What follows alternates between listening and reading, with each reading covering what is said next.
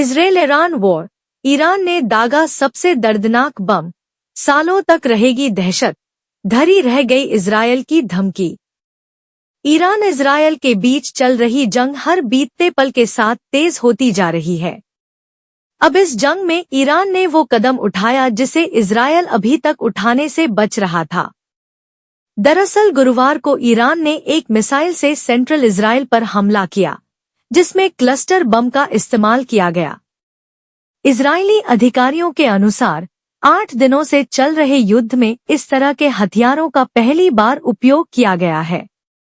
Israeli media के मुताबिक इस ईरानी बम को ज्यादा से ज्यादा आम नागरिकों को निशाना बनाने के इरादे से दागा गया है। कहां गिराया क्लस्टर बम?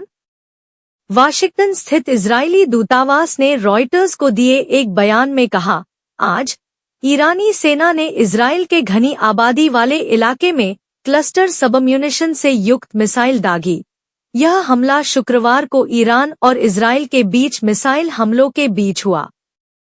इजरायली मीडिया के मुताबिक मिसाइल का वॉरहेड लगभग 7 किलोमीटर की ऊंचाई पर फटा, जिससे बीच इजरायल में 8 किलोमीटर के दायरे में लगभग 20 छोटे बम गिरे।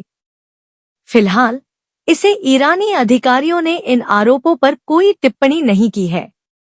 क्या होता है क्लस्टर बम?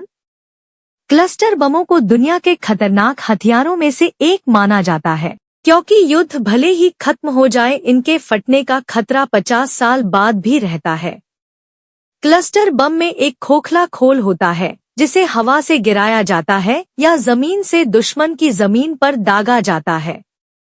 ये बम हवा में ही फट जाता है और छोटे बम छोड़ता है, जिनकी संख्या सैकड़ों में हो सकती है, जो 1 किलोमीटर से भी ज्यादा बड़े इलाके में तबाही मचा सकते हैं।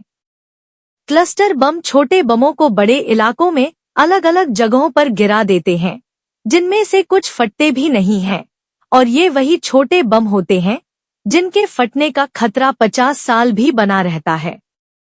लिहाजा युद्ध खत्म होने के बाद भी नागरिकों की जान पर खतरा बना रहता है। उन्हें ढूंढना और हटाना भी एक महंगी प्रक्रिया है। बावजूद इसके सारे बम नहीं हटाए जा पाते। वर्ल्ड वॉर 2 में पहली बार दागा गया था क्लस्टर बम। पहली बार इस बम का इस्तेमाल दूसरे विश्व युद्ध में किया था। तब से लेकर अब तक इन पर बैन लगाने की मांग रही है। साल 2008 में इस पर रोक लगाने के लिए बैठक भी हुई, जिसमें 123 देशों ने इस पर हस्ताक्षर भी किए, लेकिन अमेरिका और यूक्रेन समेत दूसरे कुछ देशों ने इसमें हिस्सा लेने से मना कर दिया। किस्मत का खेल देखिए, जब यूक्रेन रूस युद्ध शुरू हुआ तब रूस ने यूक्रेन के डेब्रोपिलिया पर इसी बम से हमला किया था, जिसमें 11 लोगों की मौत हुई थी, जबकि 40 से ज्यादा लोग बुरी तरह जख्मी हो गए थे।